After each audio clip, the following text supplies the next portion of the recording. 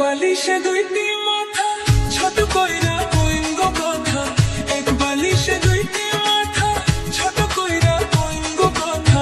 ঘুমাইলা ঘুমাইলা বন্ধু পান খাইলা না, ঘুমাইলা ঘুমাইলা বন্ধু পান খাইলা না।